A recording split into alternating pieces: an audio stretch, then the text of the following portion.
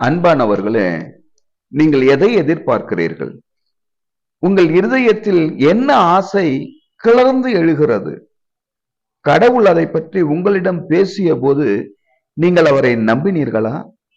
உண்மையான விசுவாசம் என்பது ஒரு குறிப்பிட்ட காரியத்தின் முடிவை பற்றிய உறுதி மட்டுமல்ல, மாறாக உங்கள் சூழ்நிலைகள் எதுவாக இருந்தாலும் தேவனின் தவறாத மற்றும் மாறாத தன்மை மற்றும் அவர் வல்லமையின் மீது முழுமையான நம்பிக்கை வைப்பது.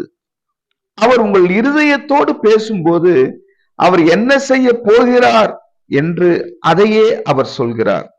பரிசுத்த வேதாகமத்தில் தீர்க்கதரிசி ஏசாயா மூலம் 55வது அதிகாரம் 10-11 வசனங்களில் மாரியும் உறைந்த மழையும் வானத்திலிருந்து இறங்கி அவ்விடத்துக்கு திரும்பாமல் பூமியை நனைத்து அதில் முளை கிளம்பி விளையும்படி செய்து விதைக்கிறவனுக்கு விதையையும் புசிக்கிறவனுக்கு ஆகாரத்தையும் கொடுக்கிறது எப்படியோ அப்படியே என் வாயிலிருந்து புறப்படும் வசனமும் இருக்கும்.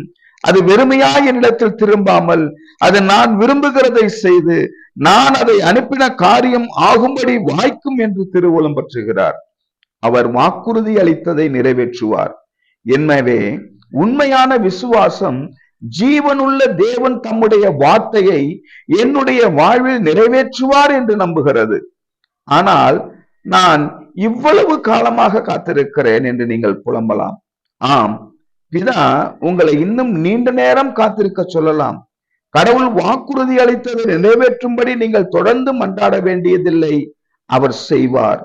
மேலும் அவருடைய குறைபாடற்ற வல்லமையையும் எப்பொழுதும் மாறாத அவருடைய குணத்தையும் சார்ந்திருக்க நீங்கள் நம்புங்கள். அவர் எப்பொழுதும் தம்முடைய வார்த்தையை கனப்படுத்துவார், காப்பாற்றுவார் என்று நம்புங்கள். ஏனென்றால் வேதம் எபிரேயர் 11:6 விசுவாசம் இல்லாமல் தேவனை பிரியப்படுத்துவது கூடாத காரியம். ஏனென்றால் அவரிடத்தில் வருகிறவன் அவர் இருக்கிறார் என்றும் தம்மை தேடுகிறவர்களுக்கு அவர் பலனளிக்கிறார் என்றும் விசுவாசிக்க வேண்டும் என்று கற்றுக் கொடுக்கிறதே.